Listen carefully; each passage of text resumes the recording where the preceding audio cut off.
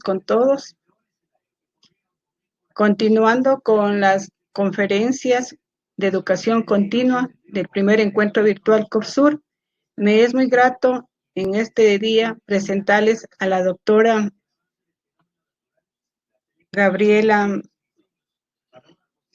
Ayala, nos va a acompañar con la conferencia Anticoncepción en tiempos de pandemia. Vamos a darle lectura a un pequeño resumen del currículum de la doctora. La doctora es médico ginecólogo por la Universidad Central del Ecuador, fellow del Congreso Americano de Ginecología y Obstetricia, profesora posgrado de ginecología de la Universidad Católica, Paz, presidente de SAG, médico tratante del Hospital Metropolitano. Una pequeña información. Las preguntas lo vamos a hacer como de costumbre a través del chat, las mismas que serán respondidas al final de la conferencia. Con ustedes, la doctora Gabriela Ayala. Buenas noches, colegas. Un honor participar con ustedes en un congreso que ya es una tradición en nuestra ciudad y en nuestro país.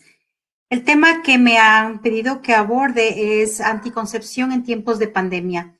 Y al igual que en todas las actividades relacionadas con el ser humano, el coronavirus, la enfermedad, la COVID, ha venido también a tener un impacto directo en la anticoncepción, como vamos a desarrollar en la conferencia del día de hoy. Esta es una conferencia que ha sido auspiciada por Laboratorios Bayer como conflicto de interés. Vamos a comenzar haciendo un poco de historia para que veamos que también en la evolución de la anticoncepción el coronavirus marca un hito.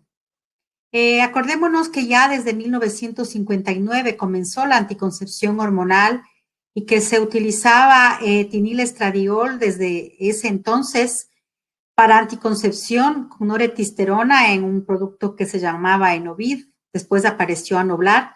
Y fíjense que interesantemente las primeras publicaciones que tuvieron que ver con anticoncepción fueron precisamente hechas por médicas, por mujeres. En el futuro se fue viendo que la anticoncepción estaba ligada a incrementos del riesgo cardiovascular, especialmente lo que tiene que ver con eventos tromboembólicos. Y se vio que tanto en mujeres jóvenes, pero sobre todo en mujeres que iban de los 40 a los 44 años, la probabilidad de tromboembolismo venoso era mucho mayor, llegando a duplicarse inclusive con la edad en relación con las mujeres más jóvenes que usaban anticonceptivos y en relación a las que no usaban y eran más jóvenes, a triplicarse la probabilidad de riesgo.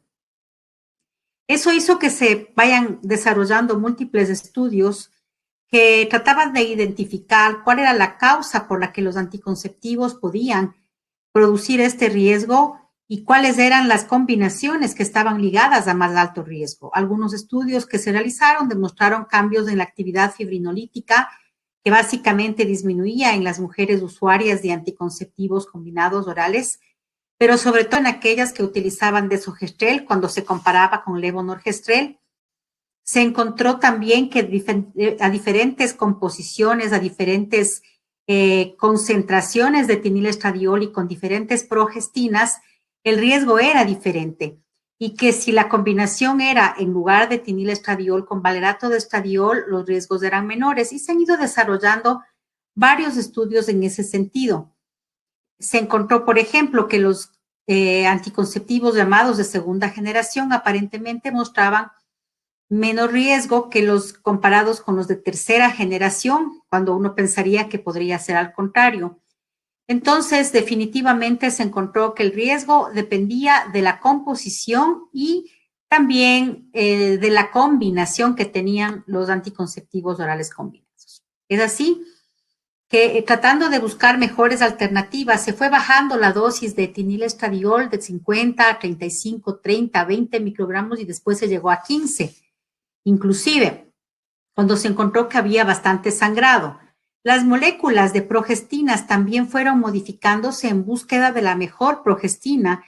Las más antiguas, noretisterona, levonorgestrel que había sido siempre y seguirá siendo un gold estándar en lo que significa riesgo eventos tromboembólicos, apareció ciproterona, gestodeno, desogestrel, más recientemente drospirenona y dienos, ya es como quizá la más nueva de las moléculas de progestinas. Luego se pudo identificar que se comenzó a pensar, bueno, si no se trata de solamente bajar la dosis, si no se trata de la combinación, ¿qué tal si cambiamos el componente estrogénico? Y el etinilestradiol, que era el que venía siempre en todos los anticonceptivos combinados, ha sido reemplazada en algunas combinaciones por estradiol, por valerato de estradiol, y más recientemente existe una nueva molécula que es el estetrol, en anticonceptivos que todavía no los tenemos en el país.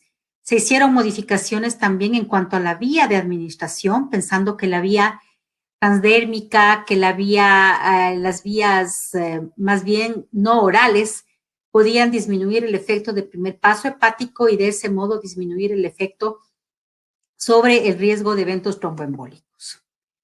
Se han hecho muchísimos estudios en relación con etinilestradiol para buscar cuál era el mecanismo por el cual el etinilestradiol incrementaba el riesgo cardiovascular. Entonces se encontró que incrementa la producción de globulina ligadora de esteroides sexuales, de globulina ligadora de hormonas tiroideas, y estos son marcadores indirectos de lo que significa el efecto a nivel hepático y de esa manera también en lo que significa la coagulación. Se encontró que incrementa la síntesis de la interleuquina 6 y de la PCR, que son proteínas proinflamatorias, y definitivamente incrementa la síntesis de las proteínas de la cascada de la coagulación, incrementa la síntesis de angiotensinógeno, de triglicéridos y reduce la secreción de ácidos biliares. Estos son los efectos del etinilestradiol a nivel hepático. Quiero que los recuerden porque van a tener muchísima correlación con lo que hace el coronavirus. Entonces, ¿qué es lo que se encuentra? Que los anticonceptivos orales combinados inducen cambios bioquímicos que generan un estado de hipercoagulabilidad. Definitivamente ese estado depende del tipo de estrógeno, de la dosis de estrógeno utilizada y el efecto es modulado por la progestina. El riesgo es mayor siempre durante el primer año de uso, luego se estabiliza. Es por eso que nosotros no recomendamos hacer esos descansos, entre comillas, porque el descanso lo que hace es ponerle nuevamente a la paciente en el riesgo de desarrollar eventos tromboembólicos. Es mejor irse de una sola que hacer descansos. Se sabe que existe un efecto sinérgico entre otros factores de riesgo, por ejemplo, el tabaquismo, la obesidad, el sobrepeso, la edad avanzada, que son factores de riesgo de eventos tromboembólicos, y el uso de anticonceptivos orales combinados. Es por eso que nosotros recomendamos y recomienda la Organización Mundial de la Salud, si la mujer es fumadora, por ejemplo, y tiene 40 años, no darle. Entonces le ponen una categoría C porque el riesgo-beneficio es menor. Entonces, nosotros tenemos que categorizar y pensar que siempre hay un efecto sinérgico. Y en este efecto sinérgico vamos a ver que también hay una influencia del coronavirus. Las píldoras de solo progestina, los dispositivos de implantes no incrementan los riesgos de trombosis, no tienen estrógeno, por tanto, no necesitan profilaxis anticoagulante cuando se trata de riesgos asociados a coronavirus. Se han hecho múltiples estudios en relación con las probabilidades y los riesgos de eventos tromboembólicos, pero este metaanálisis dice muchas cosas, y aunque ya es viejo, ya es añejo, es desde el 2012, nosotros vamos a ver que dice muchas verdades. Por ejemplo, aquello de que la cantidad de estrógeno y el tipo de la progestina van a diferir en los anticonceptivos hormonales combinados y los riesgos están asociados a ellos.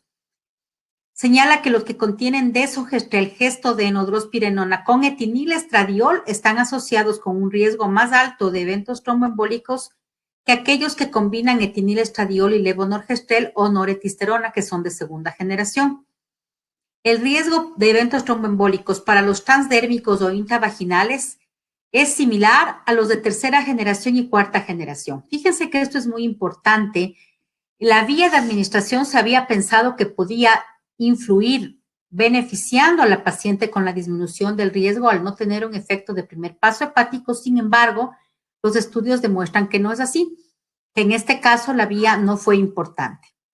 Los anticonceptivos de solo progestina no incrementan o lo hacen solo levemente el riesgo de eventos tromboembólicos, no significativamente.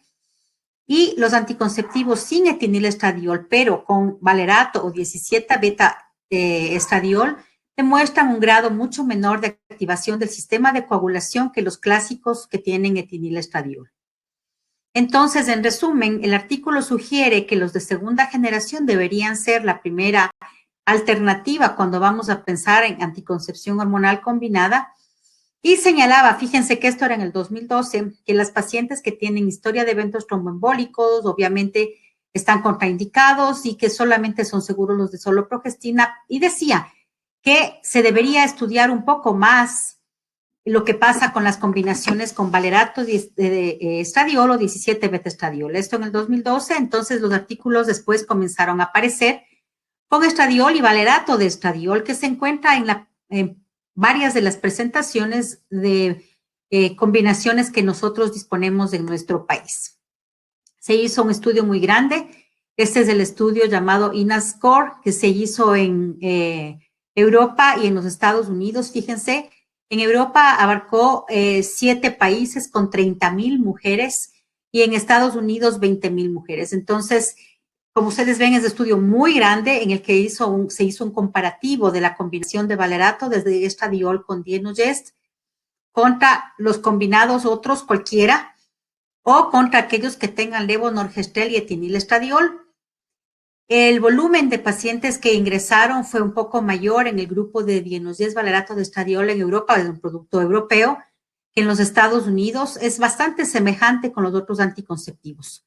Lo interesante de este trabajo es que es un trabajo de la vida real, es un fase 4 en el que las pacientes no fueron aleatorizadas, sino que se les entrevistó a través de los ginecólogos que prescribían lo que ellos estaban acostumbrados. Nosotros prescribimos lo que queremos, lo que nosotros pensamos que es bueno para la usuaria, y simplemente después se fue dando seguimiento a las usuarias para ver quiénes de ellas hacían o no eventos tromboembólicos. El objetivo de este estudio fue evaluar el riesgo cardiovascular con el uso a corto y a largo plazo de la combinación de dienogest con valerato de estradiol contra todos los otros anticonceptivos en lo que se refiere a tromboembolismo venoso y tromboembolias de tipo arterial. Este fase 4 no fue intervencionista, como yo les decía, y tuvo un periodo de seguimiento de 2 a 5.5 años. Finalmente se terminó la recolección de muestra en febrero de 2015 y fue publicado en el 2016. Y lo que se pudo observar es que la combinación de valerato de estradiol con dienogest, comparado con los otros anticonceptivos, podía tener un riesgo similar o incluso menor en general con todos los otros anticonceptivos, pero también con la combinación de levonorgestrel con etinilestradiol, que era básicamente el marcador o el comparador universal. Y fíjense ustedes cuando el riesgo se ajusta en función de la edad de la paciente, del peso de la paciente, es decir, de las características, cómo nosotros vemos que el diamante se va completamente a la izquierda, es decir, a la disminución del riesgo en relación con las otras combinaciones. Entonces, eso es muy interesante porque estamos teniendo ya probablemente un nuevo gold estándar. Cuando lo que se hizo es estudiar los eventos tromboembólicos arteriales, se pudo encontrar que la combinación de valerato de estradiol con dienogest también fue menor que las combinaciones de los otros anticonceptivos e incluso menor, aunque no significativamente, con la combinación de levonorgestrel etinilestradiol. Semejante inclusive, fíjense, al de las no usuarias.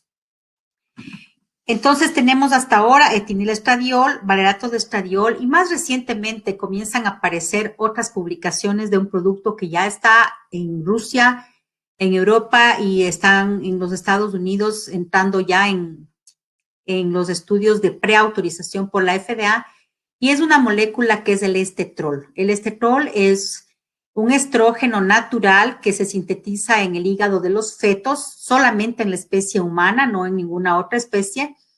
Se conoce como el primer estrógeno nativo que actúa selectivamente en los tejidos y está presente en algunas combinaciones.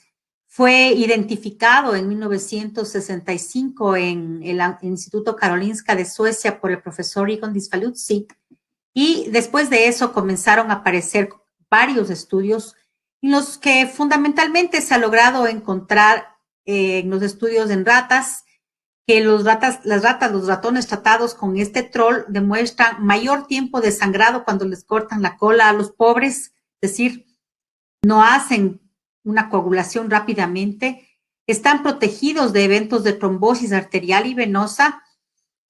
Ex vivo se encontró que se disminuye el crecimiento de trombos arteriales y que hay un efecto protector antitrombótico que está básicamente relacionado con el receptor alfa de estrógeno. Es decir, es un estrógeno natural.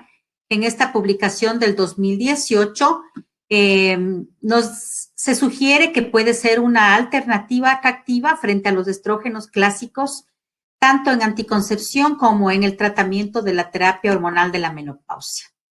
En anticoncepción se han hecho algunas publicaciones con levonorgestrel o drospirenona, con buen control de ciclo y buena tolerabilidad, y fundamentalmente lo que está comenzando a comercializarse en los países que les mencioné es la combinación con drospirenona y que tiene muy bajo impacto o impacto menor en los aspectos hepáticos que habíamos señalado, como la síntesis de las globulinas ligadoras de esteroides sexuales, niveles de triglicéridos, y podrían representar una disminución potencial en el riesgo de eventos tromboembólicos y enfermedad cardiovascular asociada a los anticonceptivos.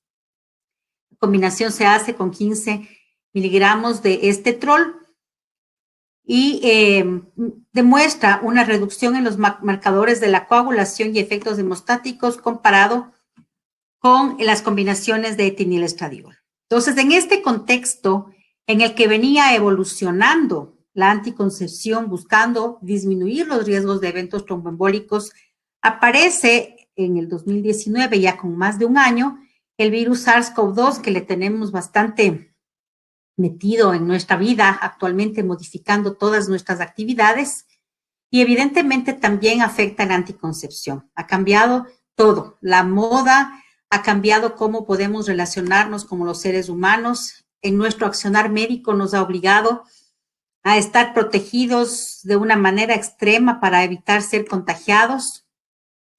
Y aparecen ciertos problemas relacionados con la necesidad de anticoncepción en la era COVID, es decir, en la pandemia. Los problemas están relacionados a varias cosas. En primer lugar, el acceso del método anticonceptivo. Luego, el del metabolismo del método anticonceptivo, que habíamos dicho que directamente se da a nivel hepático. Y por supuesto, el riesgo de eventos tromboembólicos que son asociados al anticonceptivo y también asociados, todos sabemos, los riesgos tromboembólicos que vienen de la mano de la infección por coronavirus, la COVID. ¿Cuáles son los problemas asociados a este acceso al método anticonceptivo? Al principio, acuérdense, ahorita ya estamos en una relativa libertad, pero tuvimos una cuarentena obligatoria que impedía a las personas acceder a la consulta de anticoncepción. Los servicios de salud estuvieron cerrados. El Ministerio de Salud en nuestro país y en todos los países del mundo, los diferentes ministerios de salud limitaron la atención de consulta externa solamente a consultas de emergencia, sobre todo a lo que era relacionado con enfermedades respiratorias.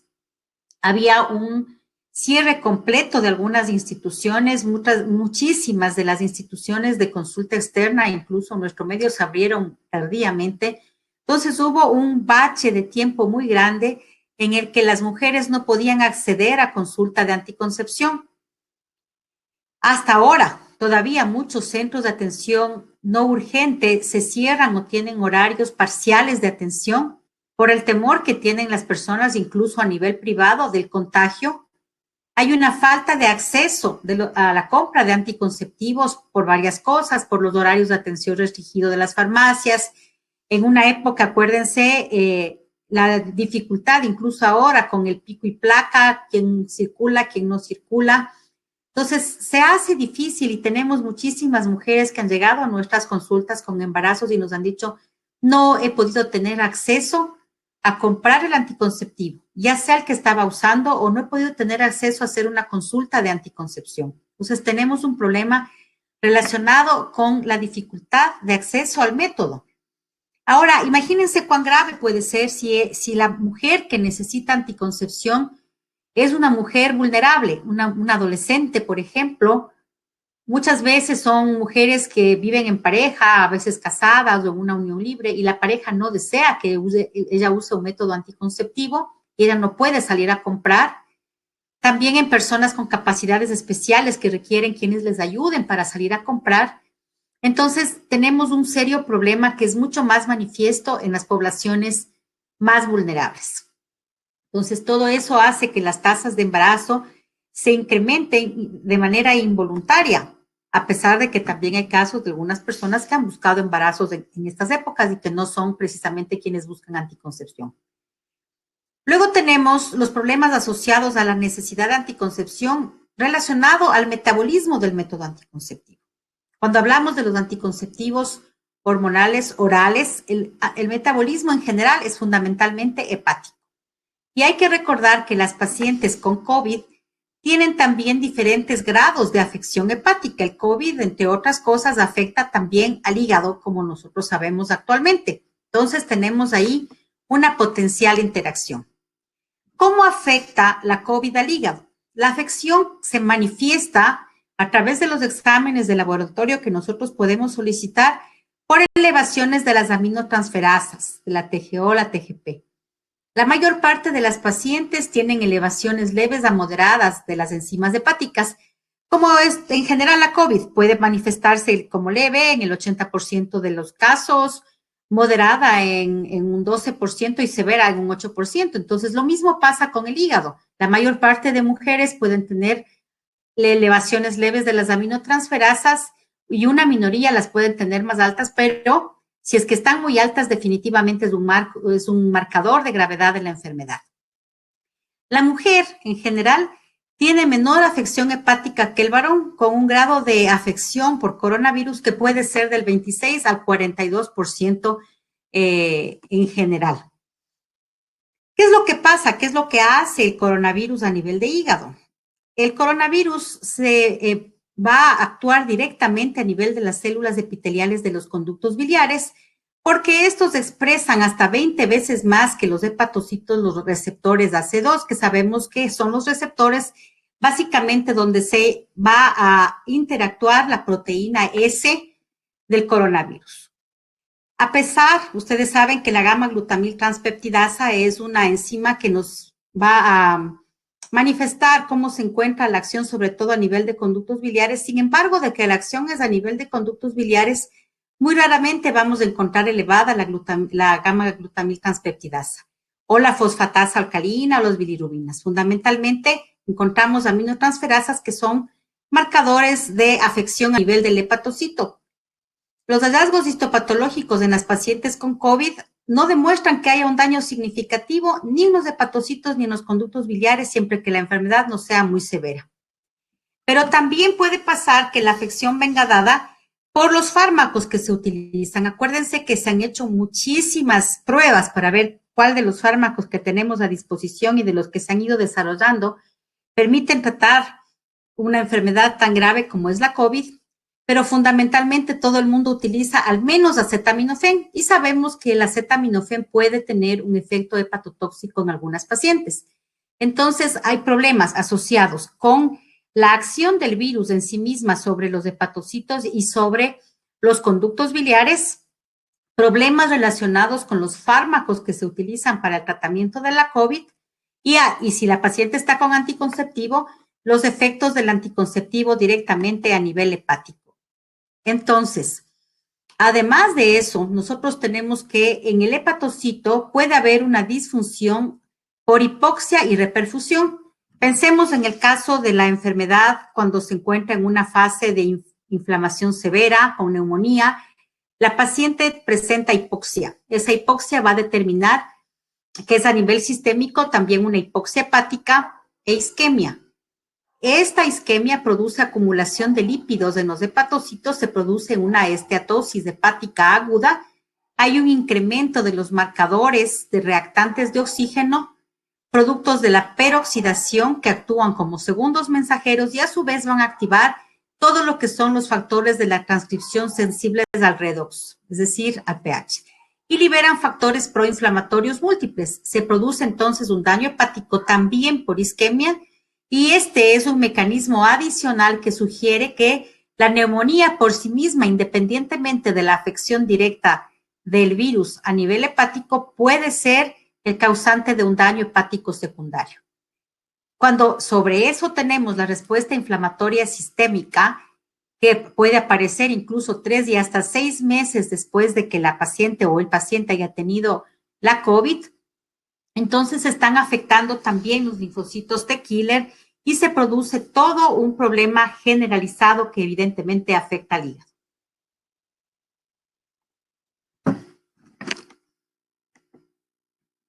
Aquí podemos ver un esquema cómo se produce la activación de los linfocitos CD4, la producción y el incremento de las interleuquinas, la producción y el incremento de los factores de necrosis tumoral, nuevamente la activación de las células T, tenemos la respuesta inflamatoria sistémica generalizada.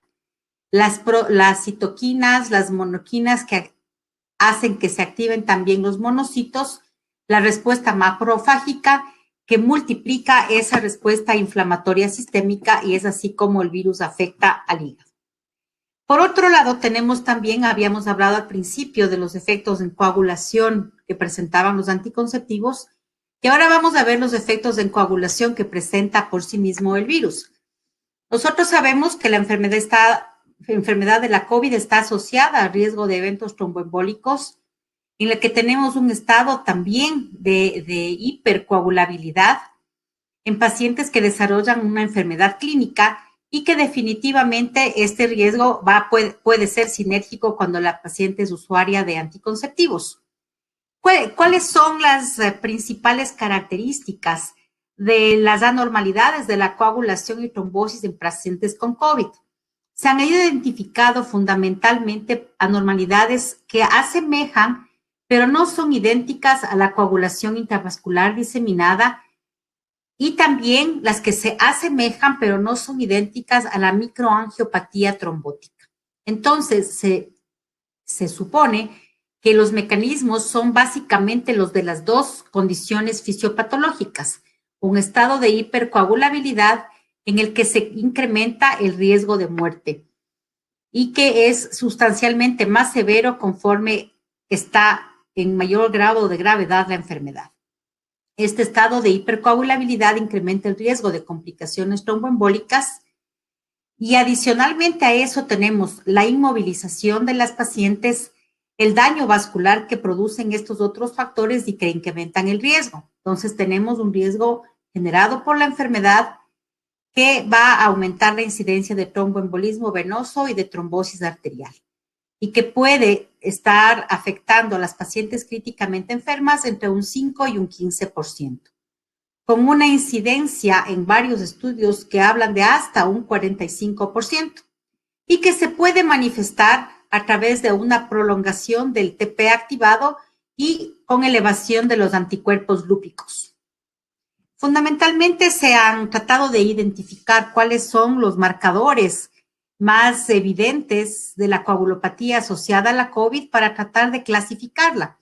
¿Y qué es lo que se encontró? Existen depósitos trombóticos ricos en plaquetas a nivel microvascular, que hay un incremento de las concentraciones de ferritina, que la ferritina, como sabemos, es un marcador de inflamación, incremento de las concentraciones de deshidrogenasa láctica, que es un marcador de inflamación hepática, que es también un marcador de problemas a nivel sistémico relacionados con el proceso inflamatorio.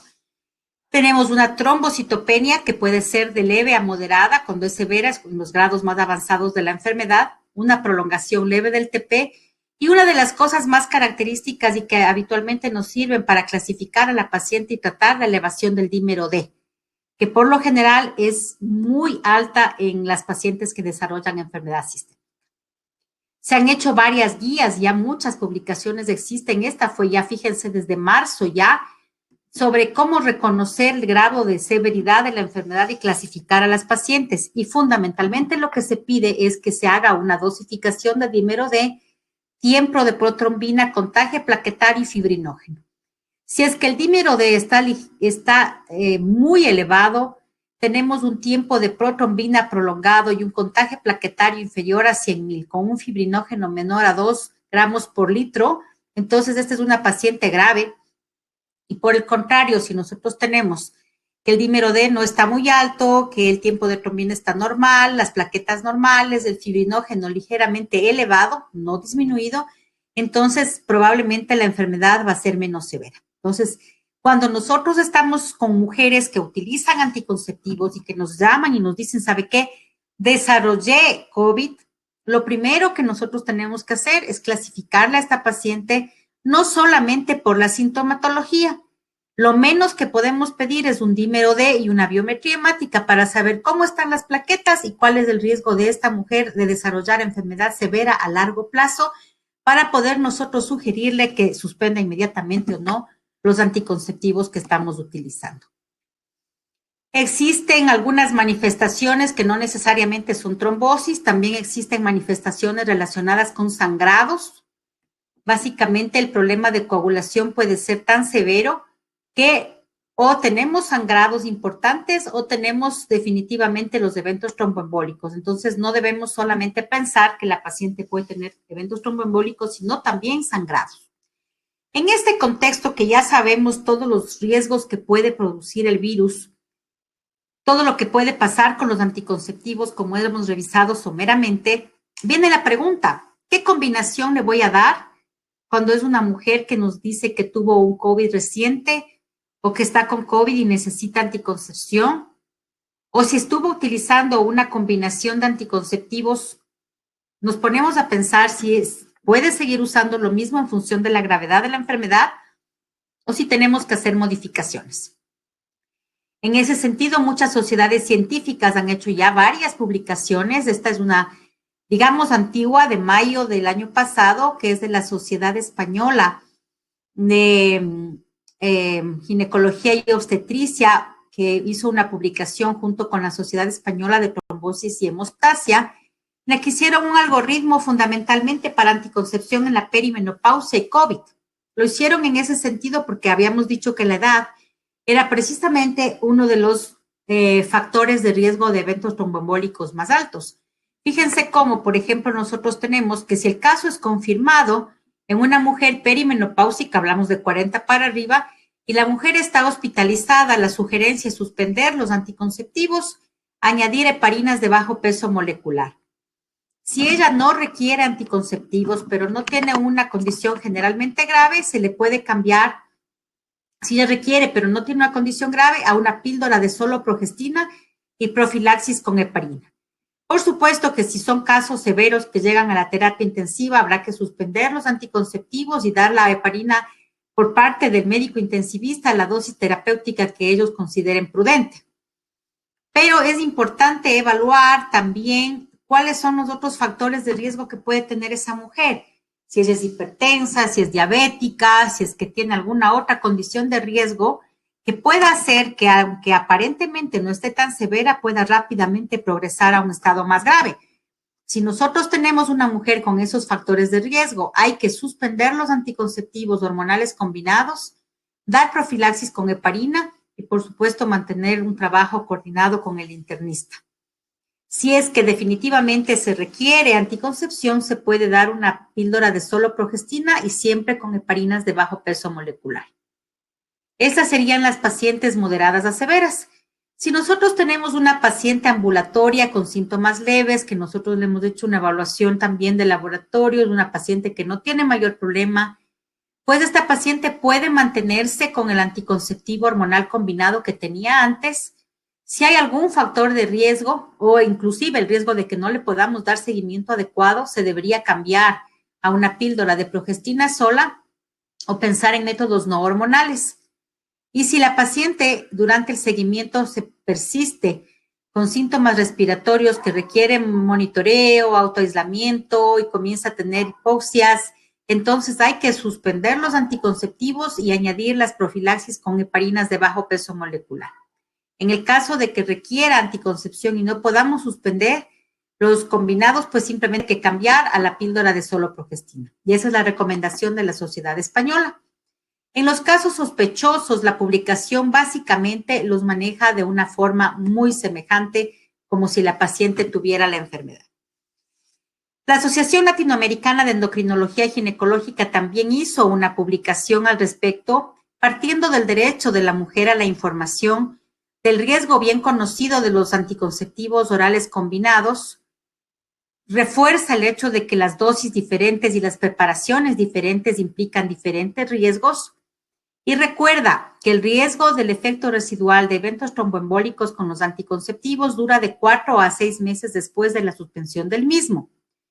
Que el incremento del riesgo es mayor en el parto y el puerperio con el uso de anticonceptivos. Ojo, es muy importante que nosotros le recordemos a la mujer y que nosotros estemos pensando siempre que es más riesgoso estar en puerperio para tener un evento tromboembólico que estar tomando un anticonceptivo. Definitivamente, el riesgo es básicamente de 7-1. Pero existe el riesgo de eventos tromboembólicos en pacientes con COVID y el riesgo en el confinamiento de un embarazo puede ser más alto.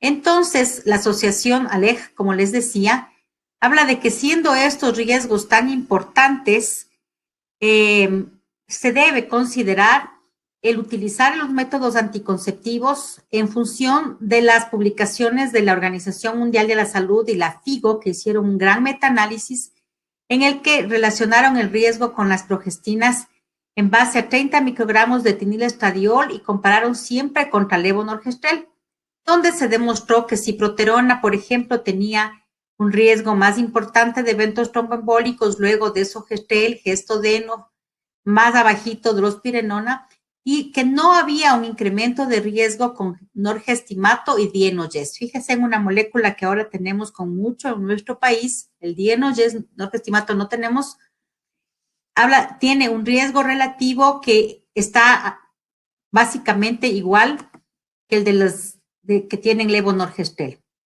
Y además, tomando la publicación que nosotros habíamos revisado al principio de la conferencia, refiere que los preparados con valerato de estradiol secuenciales con dienogest no muestran un incremento en el riesgo dada su potencia trombogénica menor versus la combinación de etinilestradiol con levonorgestrel u otras progestinas con el estudio que habíamos revisado. Aunque sobrepasan en la unidad en el intervalo de confianza, podrían ser un 60 al 50% más seguros en eventos en riesgo de eventos tromboembólicos o eventos cardiovasculares severos. Entonces, hace una recomendación a favor de esa combinación. La SAC, Sociedad Ecuatoriana para el Estudio y Progreso de la Anticoncepción, escribió el Consenso Ecuatoriano de Anticoncepción y COVID en el 2020. Está en prensa y ojalá pronto les puedan hacer llegar la publicación, en la que llegamos a las siguientes conclusiones. En primer lugar, toda paciente sospechosa de COVID recibirá anticoncepción como si fuera confirmada. ¿Por qué razón? Porque en nuestro medio, lastimosamente, no tenemos la posibilidad de hacerle a todo el mundo un PCR, los costos son sumamente elevados, el acceso a las pruebas es limitado, de modo que nuestro criterio clínico es muy importante. Si la paciente se sospecha de que pueda tener COVID porque estuvo en contacto cercano con gente con COVID, con sintomatología fuertemente sugestiva de COVID, hemos de tratarla como si fuera paciente que tiene COVID. La asesoría en anticoncepción en las pacientes confirmadas por COVID se fundamenta en 4 pilares. Primero, las características clínicas previas y los criterios de elegibilidad para los métodos anticonceptivos de la Organización Mundial de la Salud. Acuérdense de esa ruedita, acuérdense del internet. Cuando viene con nosotros una paciente en esta época de pandemia, lo primero que debemos hacer es una buena historia clínica para nosotros poder saber, en base a los criterios de elegibilidad, qué es lo que podemos utilizar. Y es fácil, esto es gratuito, ustedes se meten a la página web de la OMS, buscan los criterios de elegibilidad y van a tener de todo. Para mujeres epilépticas, para mujeres con hipertensión, para mujeres con HIV-Sida, para mujeres que han tenido hijos que están en lactancia, para adolescentes, y para cualquier condición. Primero, criterios de elegibilidad. Una vez que nosotros tenemos las características previas y escogemos los criterios de elegibilidad, Vamos a evaluar la gravedad de la enfermedad y el riesgo de eventos tromboembólicos secundarios a la COVID. Entonces, ahí viene el cuadro clínico, el grado de severidad y, en la medida de lo posible, el dímero D. Entonces, nosotros podemos escoger qué es lo que más le conviene a esa mujer. Después de que hemos escogido, tenemos un potencial de alternativas para esa mujer, tenemos que pensar en la accesibilidad al método anticonceptivo propuesto. Fíjense que no estamos lejos de que en algún otro momento nos vuelvan a confinar. Está pasando en Colombia en este momento, ha pasado de nuevo en Italia, ha pasado en España. Los países, ha pasado en Reino Unido, se están confinando de nuevo porque estamos en este momento en la segunda ola de infección a nivel mundial. Entonces, nosotros tenemos que tratar de proveerle de un método anticonceptivo a la usuaria que ella pueda tener acceso, que no le toque estar saliendo a cada rato a comprar o que se haga fácil para ella comprar de una vez, que no tengamos que estarle cambiando. Es decir, tenemos nosotros que pensar siempre en la accesibilidad al método. Y por supuesto, al final tenemos que pensar también en las preferencias de la usuaria. Si a la usuaria no le gusta tener que tomar una píldora, a lo mejor prefiere un dispositivo. Si la usuaria prefiere utilizar algún método en particular o no prefiere algún otro método, pues nosotros tenemos que respetar, porque hemos de recordar que en anticoncepción la prescripción es simplemente una asesoría que tiene que ser coordinada, negociada con lo que le interesa a la usuaria. Una vez que se establece el grado de severidad y el riesgo de eventos tromboembólicos, si es que la mujer ya tiene COVID, hay que pensar en que se debe suspender el método anticonceptivo y favorecer el anticonceptivo de solo progestina. Si está hospitalizada o en UCI, definitivamente suspender todo tipo de anticoncepción. Favorecer siempre el uso de anticonceptivos con menor riesgo de eventos tromboembólicos en todas las primeras prescripciones. Es decir, siempre pensar en lo que menos daño pueda hacer si es que ella ahorita no tiene, pero pueda después tener la enfermedad.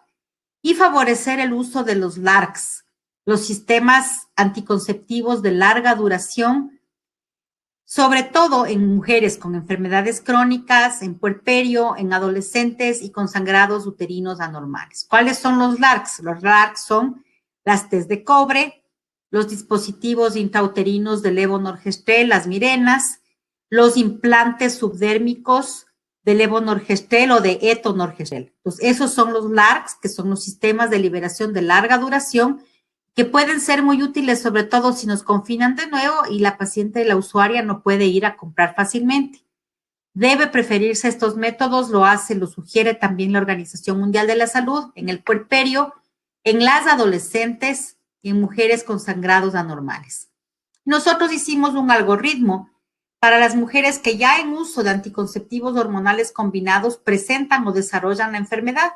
Si esta es leve, mantener el método que usaba y dar seguimiento. Siempre que podamos dar seguimiento cada semana por un mes, hasta que veamos que la paciente esté bien. Si se mantiene como leve, no ha pasado nada, sigue usando lo mismo. Si la paciente se agrava en cualquiera de las evaluaciones que hacemos cada 8 días por telemedicina, cambiamos a solo progestina y añadimos enoxaparina a dosis profiláctica. En el caso de que sea de riesgo moderado, la paciente debe tener un manejo multidisciplinario, se debe pedir el dímero D y las pruebas de función hepática. Se cambia a píldora de solo progestina, se da enoxaparina, pero se coordina siempre con el clínico que maneja el caso. Si es de alto riesgo, pasa a UCI, suspende todo tipo de métodos anticonceptivos y se comunica al médico de UCI para la vigilancia de la dosis de enoxaparina. Es decir, es muy importante, si tenemos una paciente que pasó a UCI por coronavirus y estaba utilizando anticonceptivo, decirle a la familia que le avise o nosotros poder avisarle al médico, porque las dosis de anticoagulante que va a necesitar van a ser mayores. Acuérdense que habíamos dicho que el efecto en la coagulación del anticonceptivo dura 4 a 6 semanas después de que se suspendió el método anticonceptivo y que la COVID por sí misma deja un estado de hipercoagulabilidad de 3 a 6 meses. Entonces, eso debemos nosotros siempre estar en contacto directo con el médico de la terapia intensiva. En conclusión, las pacientes con COVID sospechoso o confirmado que requieren anticoncepción deben evaluarse en función de la historia previa y severidad de la enfermedad. Recordar siempre que los eventos tromboembólicos y la hepatopatía se pueden incrementar con la COVID y que se empeoran cuando el uso del anticonceptivo es inadecuado. Se preferirán siempre los LARCs y las píldoras de solo progestina y aquellos métodos con menor riesgo de eventos tromboembólicos como la combinación de valerato de estradiol y dienogest. Los tiempos están cambiando. El COVID está haciendo que nuestros tiempos cambien. Nosotros tenemos que aprender a adaptarnos y solamente la capacidad de adaptación que podamos nosotros desarrollar como especie es la que nos va a permitir salir adelante. Y eso implica un esfuerzo continuo de nuestro cerebro, de seguir produciendo, de seguir haciendo modificaciones para que podamos vencer en algún momento dado a esta pandemia y que siempre tengamos a disposición de nuestras mujeres las mejores alternativas. Muchas gracias, colegas. Muchas gracias, doctora.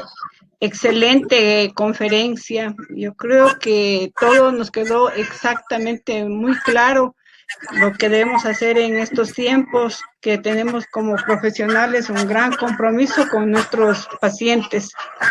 A continuación, vamos con la ronda de preguntas. No sé si doctora puede prender su cámara. Dice el doctor Patricio Pazmiño. Doctora Ayala, excelente exposición. En anticoncepción de emergencia, ¿cuáles serían los efectos deleterios en adolescentes y mujeres jóvenes?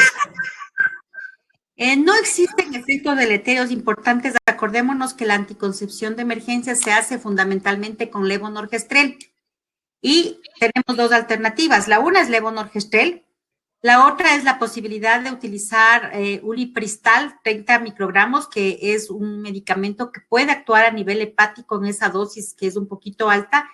Y la tercera alternativa para anticoncepción de emergencia, no olvidemos nunca, es la T de cobre, que además es la anticoncepción de emergencia de más alta utilidad, porque nos sirve para la emergencia y también nos sirve a largo plazo.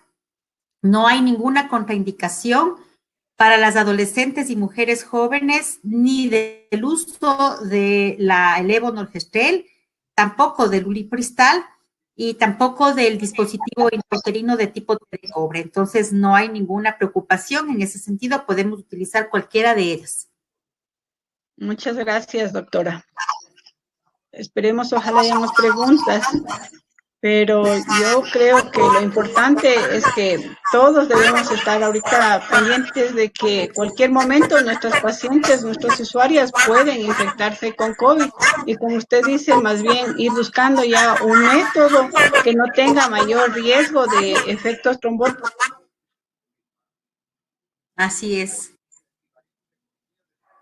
Es lo ideal que digamos un paso adelante para prevenir los riesgos. Ahorita la posibilidad de infección es sumamente alta, entonces todo lo que podamos hacer para disminuir el riesgo de la usuaria siempre va a ser bueno.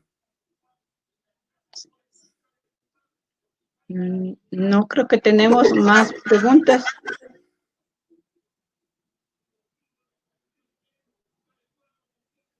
No tenemos al momento preguntas, doctora. Yo creo que quedó muy clara toda su explicación. Excelente su ponencia. Le agradecemos mucho, doctora, y ojalá tengamos otra oportunidad para poder contar con usted. Muchísimas gracias. Muchas gracias. Siempre a sus órdenes. Gracias, doctora.